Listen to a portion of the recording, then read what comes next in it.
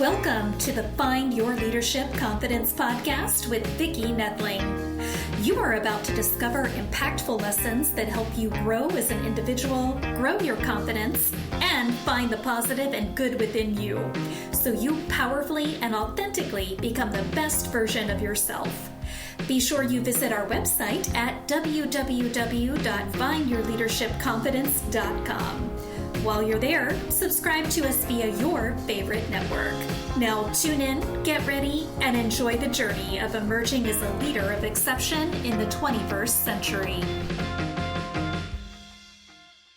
Welcome, everyone, to the Find Your Leadership Confidence podcast. I'm your host, Vicki Noethling, coming to you from Roswell, Georgia. The goal of this podcast is to bring topics and guests that will empower you to become that confident leader and take your business and your life to the next level. Today, I am very pleased to have as my guest Dr. Dolores Fazzino. And let me tell you about Dolores. She is a visionary healthcare expert known for integrating spirituality and wellness into conventional medicine. With over 40 years of experience as a nurse practitioner and medical intuitive, she has performed 18,500 plus surgeries and collaborated with the renowned specialists like Dr. Bernie Siegel. Dr. Fazzino's dynamic presence and empathetic nature captivate audiences worldwide. Her personalized programs combine energy healing, intuitive counseling, and conventional medicine to foster healing and transformation. As the president of Spiritual Wellness for Life and Recovering Healthcare, she empowers individuals to take an active role in their well-being with profound insights, inspirational stories, and practical strategies. Dr. Fazzino is a sought-after speaker offering enlightening experiences for her listeners. Her passion for empowering others and her unique perspective makes her an ideal guest, and that is why she's on our show. Please join me in welcoming Dr. Dolores Fazzino as we talk about From Burnout to Bliss, Nurturing Self-Care in the Modern World. Dr. Fazzino, so happy to have you on. Well, thank you, Vicki. I appreciate the opportunity to spend some time with you and your audience today. Awesome. So we always start out with two easy questions. The first is, where do you call home? Where do you live? Well, I live in San Diego, California, in a town just north of San Diego called Encinitas. And yes. I've been out here for 36 years. I was an East Coast transplant and came out on vacation and 3 months later moved and never turned back. So here I am, a native Californian. Yeah, you're like me. I actually have now lived in Georgia longer than I lived in Pittsburgh. I moved here when I was 29, and like you, I just never looked back, even though most of my family's still back there, but can't beat it. And where you live is awesome too. Thank you very much. I feel blessed to be here. The second question is, we gave a lot of information about what you're doing today and all of the successes that you have and how you help people, but I'd love for you to share the story about the journey that took you to where you are today, that made you say, this is where my purpose is and my passions, and talk about some of the twists and turns maybe on that path. Oh, well, thank you for that. That's always been an interesting story because believe it or not, a lot of times we do take twists and turns and things happen and they're showstoppers for you. So for me, actually, I was on the pathway to become a concert clarinetist when I was a youngster. Wow. And I was raised in a family where we weren't allowed to feel, and being products of the 60s and 70s, that's what it was about: sucking it up and ignore it, it'll go away. And when you're an empath, intuitive, and highly sensitive person, when you ignore it, it doesn't go away, it grows bigger. So I needed to channel my emotional outlet into something, and so I chose music, and I really excelled at that. So flash forward, during my childhood or revisiting my childhood, my dad um, ended up having back surgery in the mid 60s and ended up acquiring a hospital infection, which nearly put him on his Oh, deathbed. And he was in the yeah. hospital for well over 2 months. He did recover from that.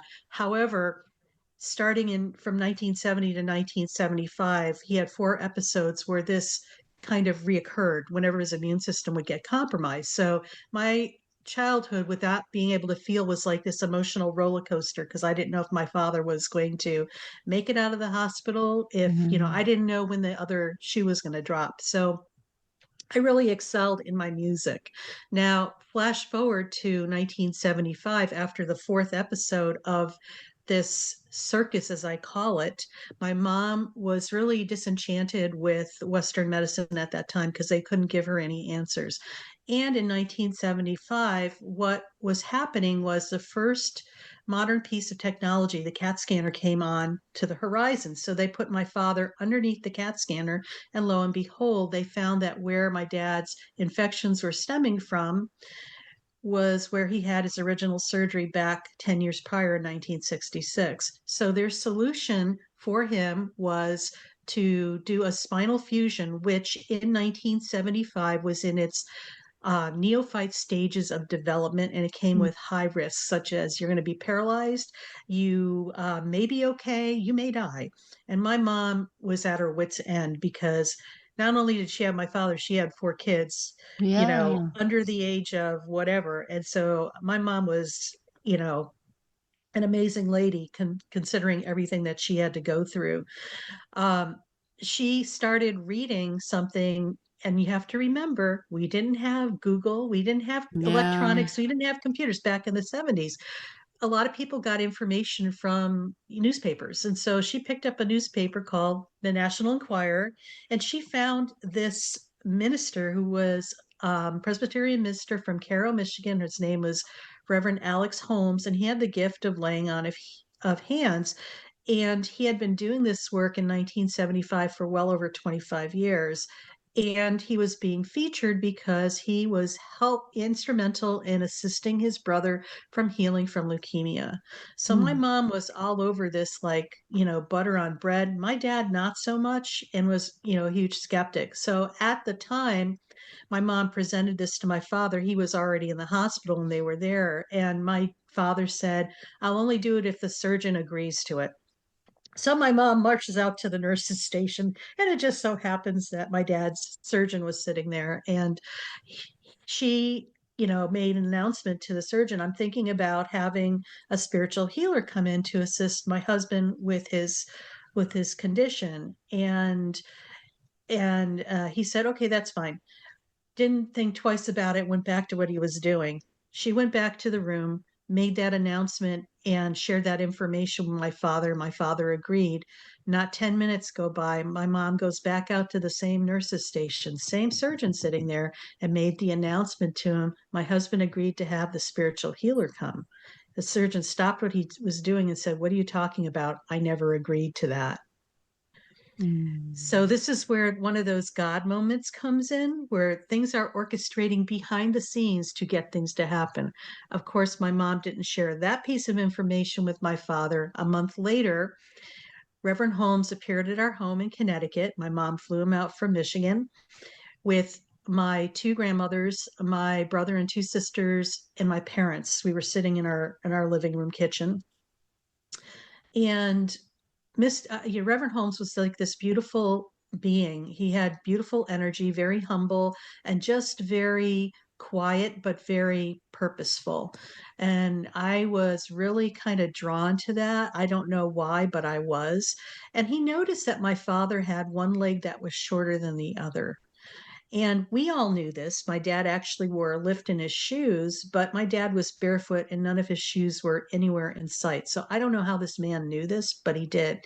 And he said to my father, when my father was sitting down, he said, put both your feet up. And of course, there was a 1 inch gap between the shorter and the longer leg. And so he said to my father, put your legs down. And then he said some prayers over my dad, touched his belly or his solar plexus and the top of his head, like his crown chakra, and said some prayers. And not 3 minutes went by. He said, now put both your feet up. And they were both the same length.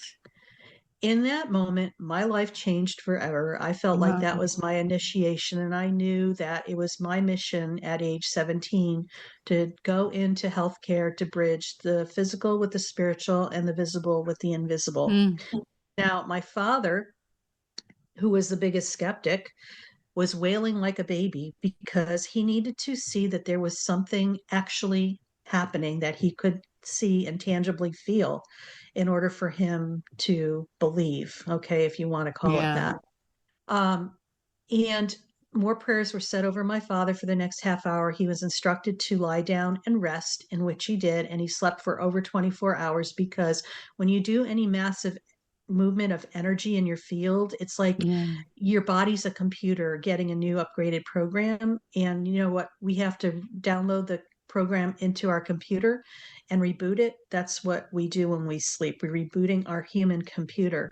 He went back a month later to the CAT scanner, same doctor, same surgeon, same hospital. They found no evidence of the infection. He never had to revisit that problem in his life. He never had to have the surgery, and he passed away about 12 years ago at the age of 80. Wow. So that's been my story and my pivotal thing. And you have to understand this in the 1970s was considered major quackery. Yeah. Yeah, for Okay. sure.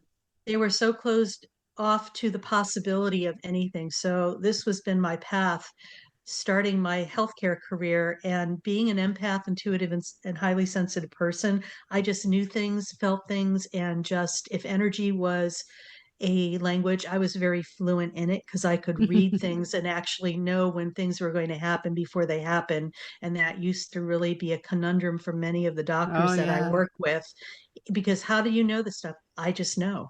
And then I would walk away. And so, um, for me, it's been a very interesting journey, and I've been in healthcare probably since 1978.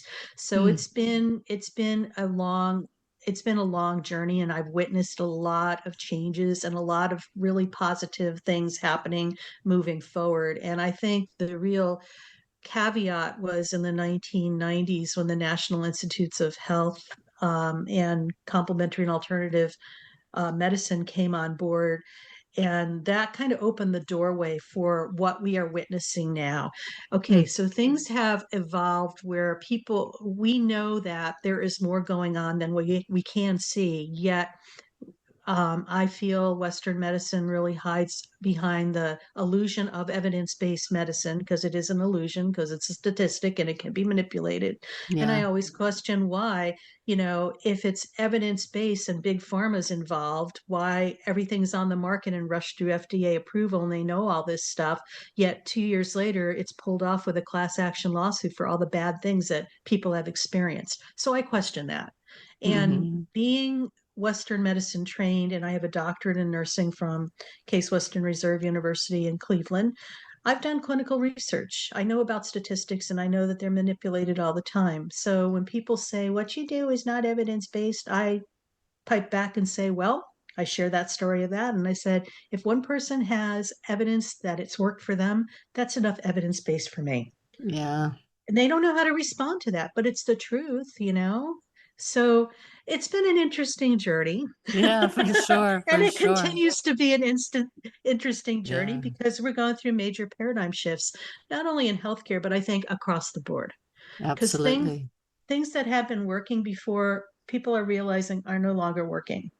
Mm, And yeah. there's things that we can do individually that could assist us because it's not happening to us, it's happening for us. Okay. Hmm. When you look at it from that perspective, there's a difference there. Yeah. Okay. Yeah. Very true. One of the things in your bio, it talks about you being an energy whisperer. So I'd love for you to share with the audience, what is an energy whisperer and how can it help us? I'm an energy whisperer, and that was kind of a phrase coined by a lot of my clients and stuff because when I work with them, it's like they start talking, and it's like, I'm able to see their physicality and what's below the surface, like the things that you can't tangibly see but feel, because everything is energy and a frequency. I'm very fluent at reading that for some odd reason. Mm. A lot of times, if there's a thought process or a belief or even emotions that were either partially experienced, not experienced, or what we call trapped, there's Oh, still energy and they're still running the show unconsciously. And it's about being able to see all those multiple components all at once, how it's created the end result. yeah. So, case being said, I think in Western medicine, there's a tendency to treat everybody the same way Yeah. because they think that the end product, everybody got to the end product the same way, and that's not true. Mm. Mm. We might have three different people who have been diagnosed with diabetes, so to say, but that's the tip of the iceberg. What's below the surface of each one of those icebergs, those individuals, is how they got to that. And there Mm. might have been some type of trauma in their life, or maybe it was something about not feeling in another person's life, or maybe there was, something else. But how each person got to the end point is different. And in Western medicine, we don't look below the surface to that That's to right. to give people a fighting chance to have complete health and wellness. Mm. Okay, that's why a lot of people will take a medication and it's not working for them. That's why there's some other things that need to be looked at and addressed. And sometimes when you're able to heal the deep-seated stuff that is unconscious or under the surface, this Yeah. is where the true gift is like, and it doesn't take long to do that energetically. It's like flipping switches. It's just becoming more aware of things, moving things from unconsciousness, unawareness to awareness. And that's sometimes just enough to flip that. So in that process, um, what if, the person was like your dad? Like if you would have told your dad that this person was going to be able to make his leg longer, how would his reaction be to that, I run into a lot of skeptics, Yeah. and I always tell people, okay, what I'm going to tell you is a possibility. It is up to you to Mm. take that possibility and have an experience with it. Because until a person has, you could read something or, hear something, but until you have the actual experience, it's not going to, sometimes it doesn't have the validity that it needs. And for me, I feel like the people, the more skeptic they are, bring them on, because I'm going to invite you to try this, to experiment with this, make it your own, because it's not about me telling you and doing it for you. I want to teach you tools that you're going to be able to utilize the rest of your life, and you'll have a toolkit that you could utilize. It's not about me fixing you, it's about you learning how to heal and fix yourself, because I think we're in a society where we've given that power away to something outside of ourselves, so we don't have to take true ownership of what's Mm. really going on and what we created, because we created Yeah. this whole thing. Yeah, And absolutely. we witness this day after day after day. So, Yeah. yeah, I think whenever a person is in that state, the depression sets in, and so they just are so much more skeptical, like almost like especially if they've taken a lot of drugs and things, and nothing's worked, and so it's like if they don't believe it, then I yeah. think that's a challenge. Well, the other thing too, I find, and I found throughout my career, how disconnected people are from their physical bodies. Okay, Yeah. we are in our heads a lot, and what I have found is that when we're in our heads, we're always in a doing mode. Okay.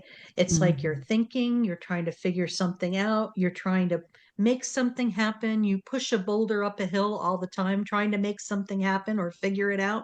When you're in your head, you're either living in the past or living in the future. you are not in the present moment. Yeah. Okay. So I think, COVID was a true gift for I believe so switching too. this.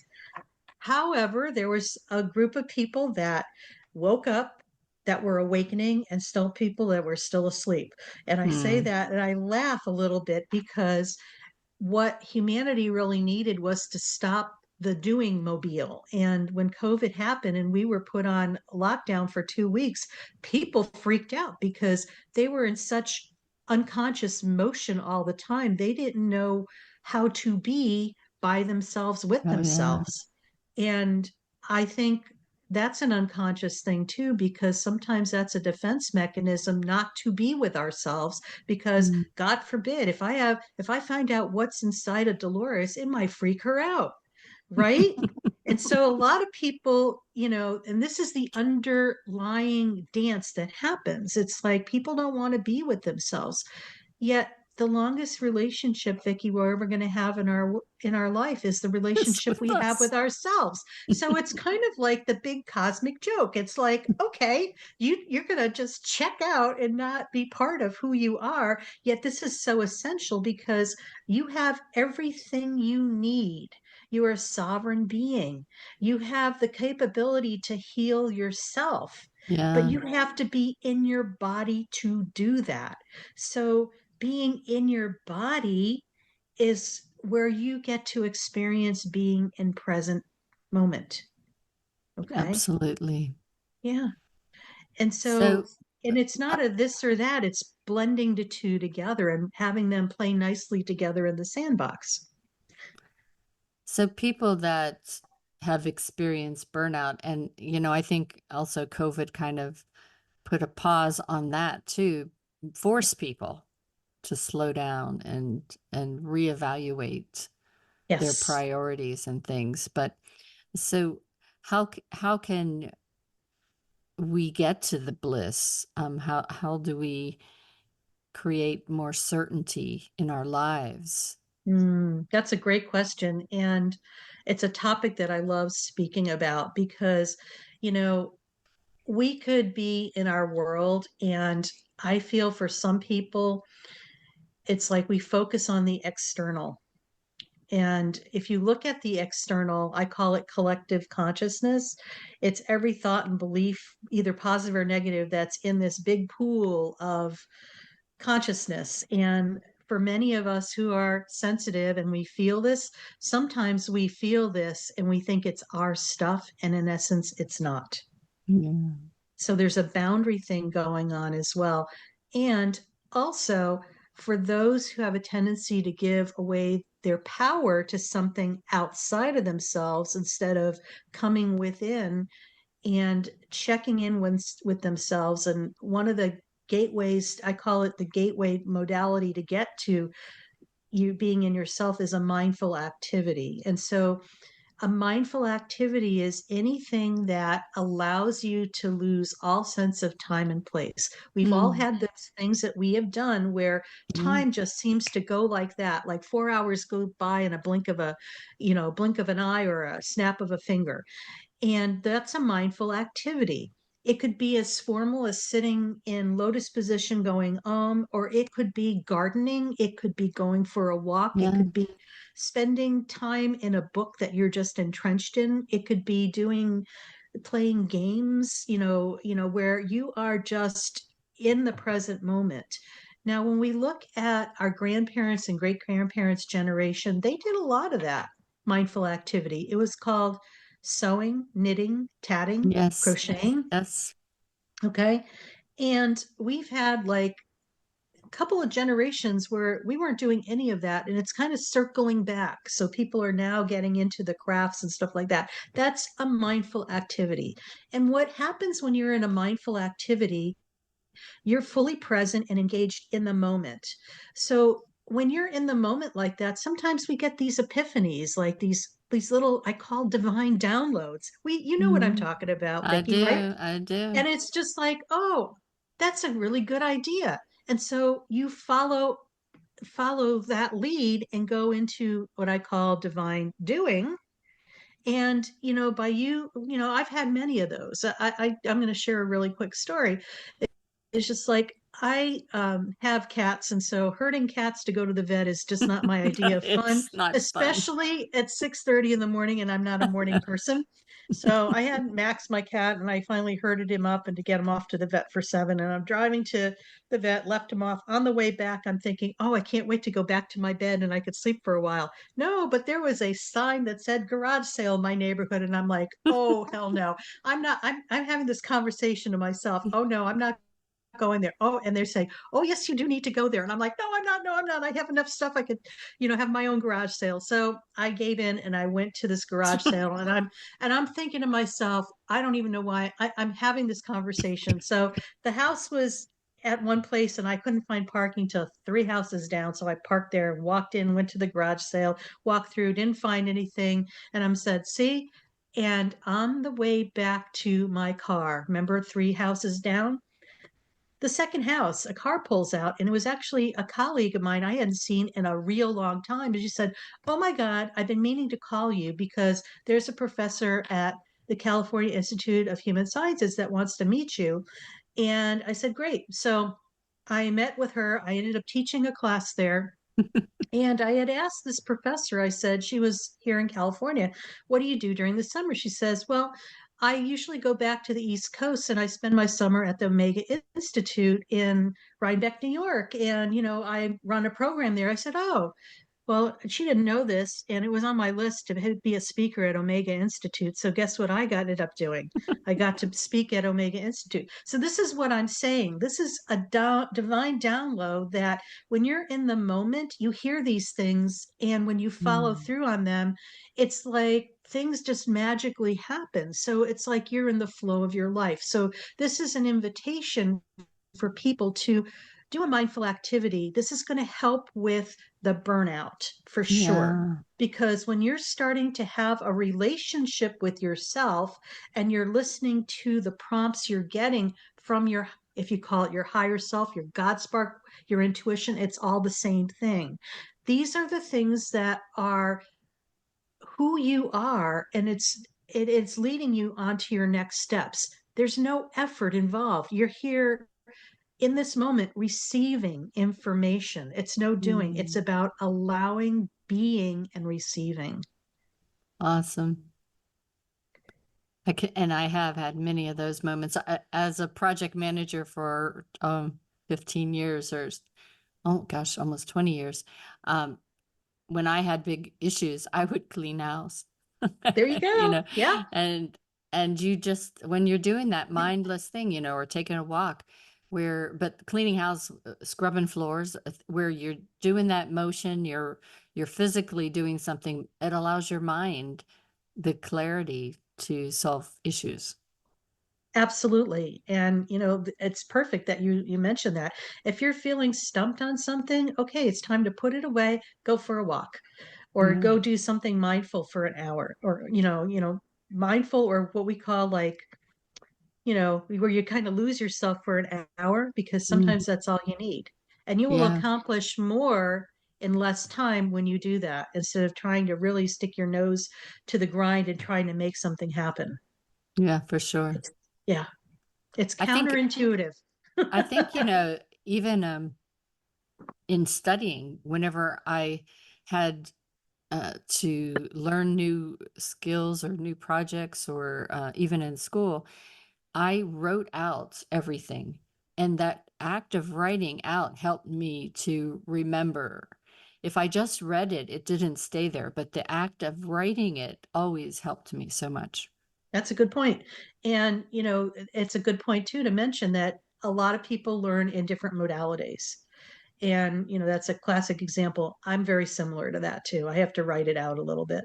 Yeah. Yeah. So, what programs do you offer to your clients to help them, get that nurturing of self-care? I have a program that's called Becoming Your Own Best Friend. And Nice. it is I believe it's a 5-part series, and it sets some foundational pieces on how to start having a relationship with yourself. And learning how to love and appreciate and have some compassion for ourselves as well, because in Yeah. this world today, I kind of feel that this is going to be a little bit out there for some people, but everything starts with us first. Okay. And I talked briefly about collective consciousness. We all contribute whatever we think or whatever we feel. Many of us aren't very kind to ourselves. The things that we say in the quiet of our mind Yeah. is daunting. Yet, did you know that that also contributes to collective consciousness? So when we judge and criticize ourselves, we put that into collective consciousness. So there's a lot of judging and criticizing in our world. Mm-hmm. And guess what? It's not out there happening to us. It starts here. We do it ourselves. Yeah. So, I think one thing that I found really interesting was the work of Dr. Masaru Emoto. And I don't know if you're familiar with him, but he was a Japanese scientist that passed away probably about 10 years ago. But he studied water. What he would do is label vessels of water with words and fast freeze it. So, he would label a vessel of water with the word love, fast freeze it, and look under a high powered microscope and look at the crystalline formations. Of course, the water that was labeled with beautiful words like peace, love, serenity, these crystalline snowflakes were just immensely beautiful. And if you go Google him, you'll find some of his work online. Now, if he labeled it with I hate you or war, Mm-hmm. what would happen with the crystalline structures? They were fragmented or non-formed. Okay. Hmm. So now listen, we are 75% water. When we start talking negative or whatever, we're labeling this container of water. Mm. And water changes its composition by what you label it. Oh, To me, my. that was a game changer. So, what I usually do if I'm working with a cancer patient who's doing some deep healing, because cancer is just the tip of the iceberg, it's like if they do need to have chemo or fluids, we label the IV bag of the chemo complete health and wellness. So it's changing Oh. the chemistry or the formation of that. So it's going to hopefully assist them. But these are things that, that people think, oh, this doesn't make any difference. Yes, it does. These are Hmm. simple things that we can be doing. And just being the awareness of what you're saying to yourself in the quiet of your mind is huge. I find having self compassion in these times is so essential right now. So if you're starting to go down the rabbit hole of beating yourself up internally, the awareness is that you're doing it, and you could flip that and just focus on the word self compassion, Mm. because words also have vibration and frequency, right? So self compassion is a higher vibrating word than, I hate myself and whatever. So if you're focusing on a higher vibration, your energy is going to get pulled up there and this will dissipate. Hmm.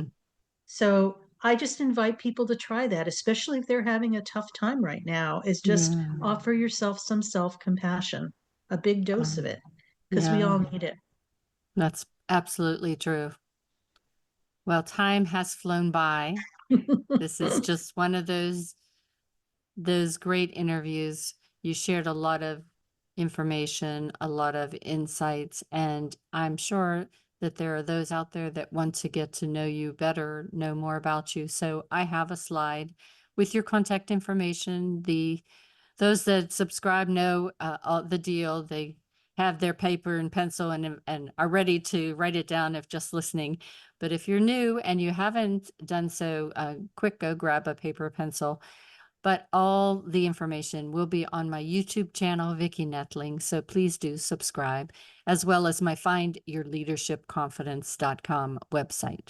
The information is for the website, Dr. Dolores Fazzino, Fazzino.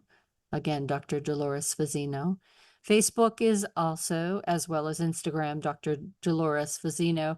Facebook has a period or a dot between Dolores and Fazzino.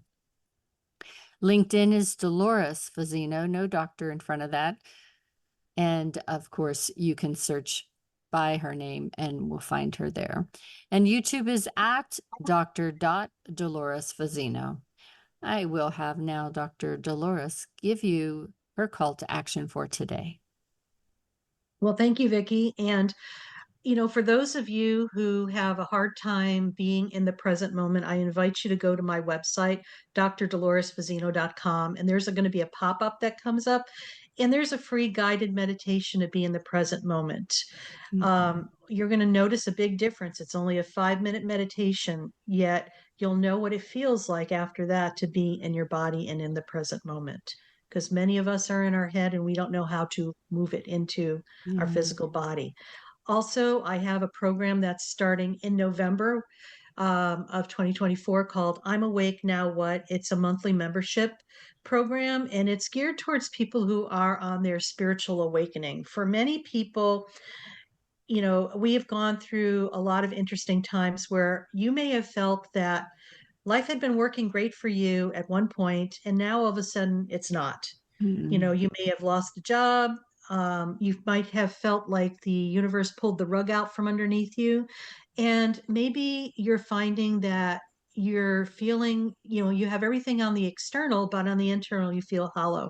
So this is what we call a spiritual awakening. And what this group does, it offers community resources, tools, and a monthly Zoom call that we talk about a certain topic each month that's going to support you on your journey. Because when I was going through this a long time ago, there were no resources, and I really felt alone, and I felt as if I wish I had a book that would tell me what I needed to do next. And so this is the next best thing, because we talk about people who have gone through the journey and share experiences and offer support, tools, clarity, healing, and community.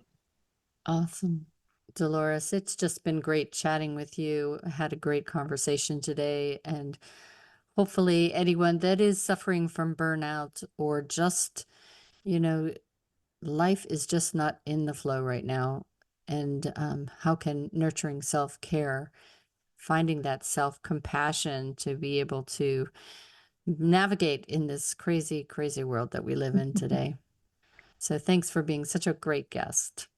Thank you, Vicki. I appreciate that. As always, I remind everyone that life is a journey and it's up to you to enjoy the ride. This is Vicki Noethling signing off.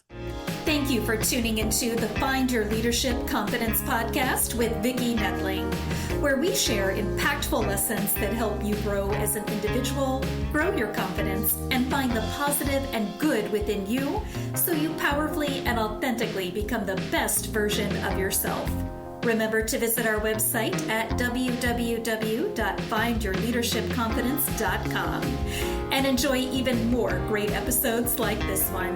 Again, while you're here, subscribe to us via your favorite network. We look forward to seeing you next time on the Find Your Leadership Confidence podcast.